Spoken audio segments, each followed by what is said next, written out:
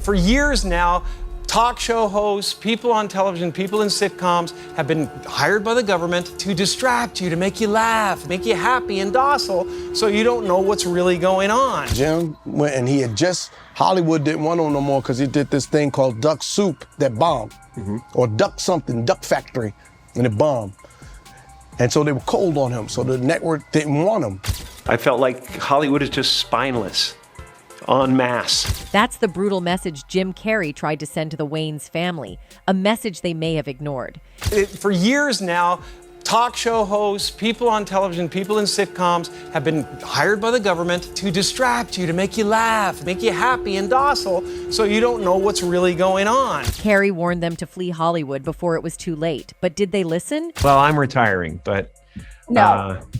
Yeah, probably. From run-ins with Harvey Weinstein and disturbing encounters with Diddy, They too. Us in them deals. They were terrible people. to shocking revelations involving Oprah Winfrey and the Hollywood elite. Did they lose everything because they stayed too long? I'm too close to it to have a real opinion. I would say he has to erase his name off all them shits because those motherfuckers our franchise from us. Jim Carrey saw the writing on the wall, but the Wayans may have been too deep in Hollywood's grasp. Could this be what cost them $400 million? Stay tuned because this story is far darker than anyone knew. The Wayans family, Damon, Marlon, Shawn, Keenen Ivory, transformed the comedy scene in Hollywood. They were responsible for some of the most iconic films and TV shows of the 90s and 2000s, including In Living Color, Scary Movie, and White Chicks. But behind the laughter and success lurked the dark underbelly of Hollywood. And Jim Carrey, a man who owes much of his early success to the Wayans, saw it all coming. He tried to warn them to get out while they still could. I am at the top of the mountain, and I was, and the only one I hadn't freed was myself. Jim Carrey's brutal warning wasn't just about the pressures of fame. It was about something much more sinister, a system designed to break those who dare to challenge it. And the Wayans were no exception. Harvey Weinstein and his evil, ugly brother Bob. I'm gonna have to drink on this, man. The Wayans didn't heed the warning, and now they may have lost everything. In this video, we're diving deep into the chilling struggles the Wayans family has faced in Hollywood, from their shocking encounters with powerful figures like Harvey Weinstein and Diddy to the financial losses they suffered. So, where exactly did it all go wrong? Let's take it back to the early 1990s when Jim Carrey was just another struggling comedian trying to make a name for himself in Hollywood. He had undeniable talent. His slapstick humor, his physical comedy, and his uncanny ability to transform into various characters were obvious, but he lacked a platform. Hollywood wasn't opening doors for him, and Carrey's career seemed to be stuck in neutral. That's when the Wayans family, particularly Keenen Ivory Wayans, stepped in and changed the course of Carrey's life forever. In 1990, Keenen Ivory Wayans was the creative mind behind the sketch comedy show In Living Color, which was groundbreaking for its time. Not only did it feature an almost entirely black cast, but it was also unapologetically edgy, tackling issues of race, politics, and culture in a way no other show dared. It became a launchpad for many comedians and actors, but perhaps the most unexpected star to emerge from the show was Jim Carrey, one of the few white cast members. Keenen saw something in Carrey that others in Hollywood hadn't, giving him the opportunity to shine on a platform that truly showcased his comedic range. It was Carrey's performances on In Living Color that gave him the exposure he desperately needed, leading to his big break in Hollywood. Can't seem to do anything right. Boy, could I use some help. This was a crucial moment in Carrey's career, as In Living Color put him in front of millions of viewers each week. He became known for his outlandish characters like Fire Marshal Bill, which displayed his unique brand of physical comedy and irreverence. The show turned Carrey into a household name, paving the way for his successful transition to film. Movies like Ace Ventura, Pet Detective, The Mask, and Dumb and Dumber soon followed, and Carrey skyrocketed to international fame. However, amidst this meteoric rise, Carrey never forgot what the Wayans did for him. In numerous interviews, he's expressed deep gratitude toward Keenen and the Wayans family, often stating that they saved him from obscurity. But as Carrey ascended to stardom, he also began to see the darker side of Hollywood, a side that few openly talked about. While he achieved incredible success, he quickly learned that the entertainment industry could be brutal, exploitative, and manipulative. Behind the glitz and glamour was a system designed to chew people up and spit them out. Carrey witnessed firsthand how the same industry that could make someone a star could also tear them down, leaving them broken and discarded. I felt like Hollywood is just spineless, en masse. Carrey started to speak out more and more about the pressures and pitfalls of Hollywood.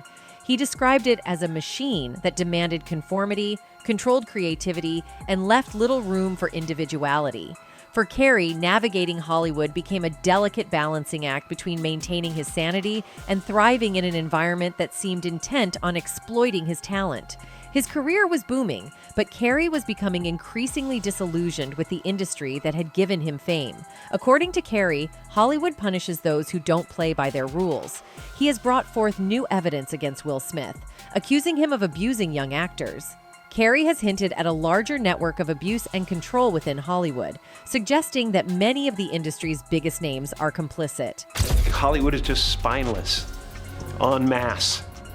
And it really felt like, oh, this is a really clear indication that we're not the cool club anymore. These allegations have not only put Carrey in the spotlight, but have also made him a target. The question remains, why is he being targeted so aggressively? For years now, talk show hosts, people on television, people in sitcoms have been hired by the government to throw you off the track, to distract you, to make you laugh, and stuff like that, make you happy and docile so you don't know what's really going on. Jim Carrey's outspoken nature and refusal to conform have made him a threat to the Hollywood establishment. But that's not all he is doing. Carrey allegedly tried to warn the Wayans to tread carefully. He saw them rising fast, and he knew what Hollywood could do to people like them, people who didn't fit the mold, people who stood out. But the Wayans had their own ambitions, and Hollywood wasn't going to make it easy for them. One of the most disturbing elements of the Wayans' Hollywood journey was their alleged run-ins with Harvey Weinstein. The Wayans family is synonymous with comedy in Hollywood, and when they launched Scary Movie in 2000, it was an instant hit. Directed by Keenen Ivory Wayans and starring Marlon and Shawn Wayans, the film parodied the horror genre in a fresh, hilarious way. Despite this success, the Wayans family didn't receive the financial rewards they deserved. According to Marlon, the first Scary Movie deal they made with Miramax, a company co-owned by Harvey and Bob Weinstein, was extremely unfavorable. Miramax, a subsidiary of Disney, paid the Wayans a meager amount in comparison to the billions the movie ultimately raked in. The studio had locked them into a deal that severely undervalued their contributions and potential profits. The topic came up during a recent episode of Shannon Sharpe's Club Shay Shay podcast. Wayans was the episode's special guest, and he discussed the challenges and injustices he and his family faced in Hollywood, particularly with the Scary Movie franchise. Wayans explained that Miramax, the film's Weinstein-backed distributor, gave them a crappy deal for the first installment of the comedy spoof film. However, the film went on to open with $42 million at the box office, which he claimed was unheard of at the time. While the Wayans brothers got a better deal for the second installment in 2001, the professional relationship between the creatives and the studio soured for further sequels. I always say, they didn't just women too. Us in them deals. They were terrible people. Marlon explained that the brothers and Miramax couldn't reach a deal for Scary Movie 3, so the film company brought on the Zucker brothers to direct it based on the ideas the Wayans brothers shared during their pitch, reportedly without their knowledge. You can't do Wayans without the Wayans. Because what we do is special. We have 200 years of comedy between me, Shawn, and Keenen. Damon. Kim, we have a lot of years of excellence at what we do. When Sharpe asked if the family had considered filing a lawsuit at the time, Marlon said, "We should have. We didn't. Go like this, all good. We go on, made our money, White Chicks made another classic, Little Man made another classic, we do our thing." However, Wayans believes that justice eventually arrived when Weinstein was hit with numerous R allegations that eventually led him to a 16-year prison sentence in 2023, amid a 23-year sentence he received in New York where he was convicted of similar S crimes. Sometimes you ain't gotta do nothing, because God's gonna do it all. Let him handle it. God's revenge, when God comes for you, you gotta trust God. He went on to add, Now your brother's in jail and you ain't in the business. I didn't have to do nothing. All you had to do is be good businessman. We asked for nothing. We did nothing wrong. But sometimes they get mad that a black man has the nerve to ask for what his money is supposed to be. Don't you tell me what I'm supposed to make. This is what my value is. Elsewhere in the interview, Wayans clarified that he had heard things about Weinstein's behind-the-scenes behavior, but did not experience any assault firsthand. I hear things, but N never asked me for a foot massage, Wayans explained. I would have been like, man, you don't get the F out of here. But if I had heard, like if I'd have known somebody, if somebody came to me, I would have pulled up on him. Hey man, don't do that. I ain't gonna tell you how to do your business, but you ain't gonna do that business to my people. Don't do that. Anyway, the Wayans family, often likened to the Jacksons of the comedy world, have produced a slew of memorable and cult classic films over the years. However, among their comedic creations, none quite hit the comedic sweet spot like Scary Movie 1 and 2. The Scary Movie franchise, notably the first two installments, fundamentally reshaped the horror comedy genre. Rather than merely blending scares with humor, these films took a bold approach by wholeheartedly embracing the art of mockery and unceasingly cracking jokes. I'm like the wind, baby. Yeah. Where am I? You're behind the couch. The writing was refreshingly innovative, injecting a breath of fresh air into the realm of spoof films. It was cheeky, irreverent, and side-splittingly hilarious, with no pretense of being polite or politically correct, a factor that resonated deeply with audiences. In its early days, Scary Movie was a family affair. Directed by Keenen Ivory Wayans and starring the Wayans brothers Marlon and Shawn, who also co-wrote the films, it was a collaborative effort that brought forth these comedic gems.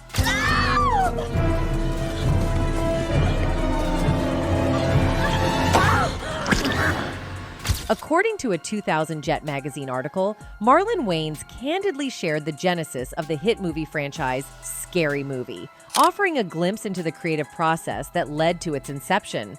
Marlon and Shawn Wayans, known for their comedic prowess, revealed that the idea for the movie was born during a rather unconventional movie-watching session. As Marlon Wayans recalled, "I think we were watching I Know What You Did Last Summer, and we said, I know what I'm going to do next summer. I'm going to make fun of all these damn movies. I'm so tired of seeing them. I watched Scream till I wanted to scream. I've seen I Know What You Did Last Summer so much that I wanted to become a murderer and kill anybody who ever made one of these movies." Their frustration with the overabundance of slasher and horror movies in the late 90s served as the catalyst for a satirical masterpiece. Wanna have a little fun? Who's this? Do you like scary movies?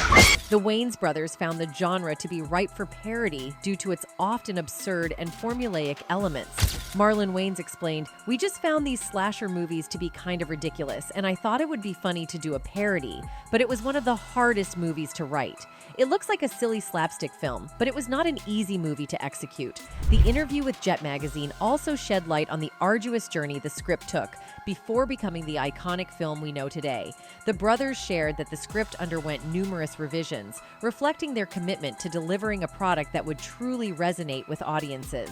As Marlon Wayans recalled, "When we first wrote it, we wrote it with the black male lead. But Keenen told us, and he was right, it wasn't true to the genre. So we changed it up and made our heroine a white girl lead, a little ditzy white girl." Intriguingly, the process involved multiple iterations of the script, with versions tailored to different settings and demographics. Marlon Wayans elaborated, "We developed so many different versions of this movie. We worked with our brother Keenen, and we wrote a black draft, a white draft, a high school draft, and a college draft." This comprehensive approach aimed to ensure that the humor and satire in Scary Movie would appeal to a wide audience. Despite their best efforts, the script faced numerous obstacles in finding a production home. Multiple film studios passed on the project before it finally garnered interest from the Weinstein brothers. This twist of fate was particularly ironic, as Scary Movie unabashedly spoofed Scream, a horror movie that Dimension had released. The working title of the screenplay upon its acquisition by the Weinsteins was Scream If You Know What I Did Last Halloween. This title eventually evolved into Scary Movie, a name that would resonate with audiences and become synonymous with the franchise. Scary Movie made its theatrical debut on July 7, 2000, and it quickly became a sensation. Despite a modest budget of $19 million, the film's box office performance was nothing short of spectacular. Within just 14 days, it had crossed the $110 million mark, eventually grossing a staggering $278 million worldwide, with $157 million of that coming from the United States alone. Notably, Scary Movie marked a significant milestone by breaking the record for a film directed by an African-American director. Okay, I wasn't mad at it. not complaining. 167 million here, another 100 and what? We made 140 275 altogether. Following the immense success of the first installment, Scary Movie 2 hit theaters the following year. Despite its commercial success, grossing $141 million on a $45 million budget, the film received mixed reviews from critics. Marlon Wayans attributed some of the criticism to the studio's haste in releasing the sequel to capitalize on the momentum generated by the original. Nevertheless, the sequel's financial success only reinforced the franchise's status as a box office powerhouse. However, the story of the Scary Movie franchise took a chilling turn after the release of Scary Movie 3 in 2003. Fans and critics alike noticed a significant difference in tone compared to the first two films, and the absence of the Wayans brothers was glaring. A 2003 newspaper article confirmed this, with one fan expressing disappointment, saying, "Once the preview of the third film was released, the first thing I noticed when watching the previews was that the Wayans brothers were absent. I was very disappointed. Shawn and Marlon provided the funniest characters from the first two films, so Scary Movie 3 already had an uphill climb." The brothers themselves shed light on the unsettling circumstances surrounding their departure from the franchise. They alleged that Bob and Harvey Weinstein, the producers of the series, fired them and proceeded to take control of the franchise. Marlon Wayans explained, "People kept blaming us. We did Scary Movie 1 and 2, the funny ones. Everybody thinks we left the franchise or we sold it. No, it was taken from us. I could write a book on that whole thing. Honestly, they definitely still owe us money. Lots of money. What they did was really bad business." The sudden departure of the Wayans brothers from the Scary Movie series marked a turning point in the franchise's history. It raised questions about creative control, ownership, and the challenges faced by artists in the competitive world of Hollywood. "The Weinsteins are not the best or the kindest people to be in business with," Wayans said in an interview with Variety. "They're very much an evil regime, I guess. They do what they want to do, how they do it, and it can be rude and quite disrespectful. We couldn't come to terms on the deal. It's like, if you don't want to pay for the jokes, have somebody else do it." To make matters worse, Marlon Wayans was on a Christmas vacation when he found out that he had been dropped from the franchise, which he and his brother co-wrote and helped to develop. "We read on Christmas Eve that they were going with someone else for Scary Movie 3, he said. "They were evil as F," Wayans said of the Weinstein brothers and Miramax Studios. "We didn't walk away from a franchise. They didn't want to make our deal, and they snatched it. The Weinsteins did some really terrible, and pillage villages type of business. So it wasn't that we ever walked away from our franchise that we created. It was taken, and us being the creatives that we are was like, all right, bet, F you, now watch what I create." In any case, the third installment earned around $220 million worldwide, while the fourth grossed $178 million, and the fifth ultimately earned $78 million in box office revenue worldwide. These figures undeniably transformed the Scary Movie franchise into a billion-dollar juggernaut.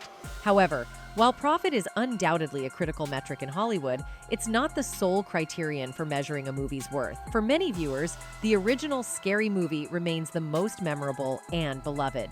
The iconic wasp scene in particular stands out as a perfect example of a comedic moment that should feel dated but continues to captivate audiences as a timeless masterpiece.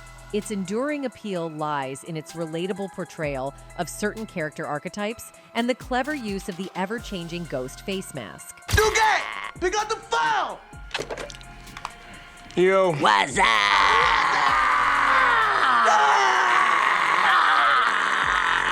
The success of Scary Movie left a lasting impact, sparking a wave of spoof comedies like Epic Movie, Date Movie, and Not Another Teen Movie, all attempting to replicate its irreverent humor. It also launched Anna Faris's career, turning her from an unknown into a star. While the franchise entertained audiences, its later installments left fans disappointed. In an interview, Marlon Wayans revealed that the Weinstein brothers took the franchise from them by force after disagreements. Despite the setback, the Wayans brothers pressed on, and Marlon hinted they may have grounds for a legal case over unpaid earnings. We probably should sue because they probably owe us a shitload of money. And maybe one day we will. Later on, as fate would have it, the Weinstein Company didn't last. You see, the Weinstein Company was a multimedia distribution and production company. It was founded by Harvey and Bob Weinstein back in 2005. These are the same brothers who established Miramax Films in 1979. TWC also includes Dimension Films, a label for specific types of movies founded by Bob Weinstein in 1993. This label has released popular series like Spy Kids, Scream, and Scary Movie. Together, TWC and Dimension Films made billions. In 2012, TWC Films won 8 Academy Awards, the most in the company's history. TWC is also involved in creating television content. This is overseen by Meryl Poster, former president of production at Miramax Films and current television president. Their work includes Emmy-nominated and Peabody Award-winning reality series like Project Runway, along with spin-offs like Project Accessory and Project Runway All-Stars. They also produced the reality series Mob Wives for VH1 and the well-received HBO comedy crime series The #1 Ladies Detective Agency, which also earned a Peabody Award. However, in March 2018, the company declared bankruptcy. It was on the verge of breakdown because of the SA charges held against Harvey Weinstein. It's a scene many of his accusers never thought they'd see. Harvey Weinstein, a man used to walking red carpets, now in handcuffs, doing a perp walk. In July 2018, Lantern Entertainment acquired all the rights to the Weinstein Company films. Although Harvey and Bob Weinstein were equity holders, they didn't benefit from the sale. Bob also formally stepped down from the board. The money earned was used to settle legal fees, cover bankruptcy expenses, and pay off debts to secured creditors like Union Bank. Any remaining funds were meant to be allocated to unsecured creditors and victims of Harvey's misconduct. But if you thought that was the Wayans brothers' last encounter with Hollywood elites, you're wrong. There's the chilling connection between the Wayans and music mogul Diddy. While Diddy's ties to Hollywood's elite are well known, Marlon Wayans has hinted at some uncomfortable experiences with him. In fact, some people are claiming that the youngest Wayans brother might be implicated together with Diddy in his recent legal battles. You see, while appearing on a recent episode of Shannon Sharpe's popular podcast club Shay Shay, the actor and comedian was asked about Hollywood parties, to which he's admitted to attending, but leaving early. "I've been to plenty of Diddy parties. I left early," he revealed around the later part of the interview. "I swear to you, I've never seen it," he added, apparently referencing Diddy's ongoing allegations about his parties. I've been to plenty Diddy parties. I left early. I swear to you, I've never seen the stuff that they claim to be going on. I've never seen it. Those aren't the type of parties that I go to. I don't frequent those type of parties, and even if I go, like I said, I've never seen any of this. Doubling down on his stance, he added, "When I hear about it, when did that happen? At what time did this go down? Because I was there till 3:30 a.m. You mean at 3:32 they waiting for me to leave like, all right, good. That Wayne's end gone. He talked too much." I've never seen it. Never seen nothing. You know, I see drugs, you know. Yeah. I don't be seeing like, I'm not a man that's about the gangbangs and the this and that. Yeah. If I buy a party, I like my own party. Well, fans didn't exactly buy Marlon's story. One person wrote, "Marlon definitely didn't party with Diddy and them, but he for sure saw and ignored all the BS happening around him because it wasn't his people." In any case, with all that we have seen, the Wayans family's experience is far from unique. Hollywood has a long history of exploiting black talent, while keeping the profits and power in the hands of a few. In a recent interview, comedian Cat Williams exposed how Hollywood giants like Weinstein, Diddy, and others have systematically exploited black entertainers.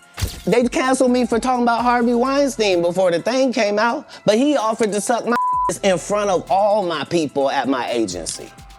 What am I supposed to do? Marlon Wayans has spoken openly about how black creators are often cut out of the very projects they create.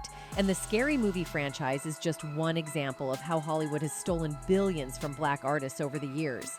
But how deep does this exploitation go? And what role did powerful figures like Oprah play in allowing this to happen? Was she simply unaware, or did she knowingly help protect Weinstein's empire? While there is no direct evidence linking Oprah to the Scary Movie theft, her relationship with Weinstein raises serious questions. As someone who wielded immense power in Hollywood, it's hard to believe she didn't know what was happening behind the scenes. But could Oprah have used her influence to protect Weinstein, even if indirectly? Some believe Oprah may have helped Weinstein by using her connections to elevate his status in Hollywood, allowing him to maintain control over projects like Scary Movie. Or was Oprah simply another victim of Weinstein's manipulation, much like the Wayans brothers? As Marlon Wayans continues to speak out about the exploitation of Black creators, one thing is clear: there are still many unanswered questions about how Weinstein was able to steal a billion-dollar franchise from under their noses. Since the scandal broke, the Wayans family has continued to create, but the Scary Movie theft remains a bitter reminder of how Hollywood can exploit Black talent. As for Oprah, her legacy remains intact, but the questions about her relationship with Weinstein are unlikely to go away anytime soon. The Scary Movie saga is a cautionary tale of power, exploitation, and betrayal.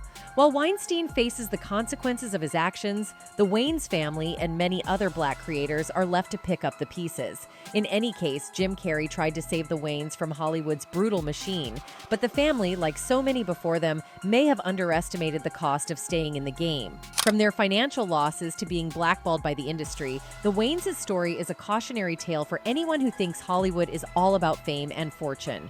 Carrey's warning wasn't just for the Wayans, it was for anyone in the industry. And now, as the Wayans family continues to navigate the aftermath of their Hollywood experiences, we're left wondering, will anyone else listen before it's too late? Only time will tell. Anyway, that's it for this video, folks. Bye.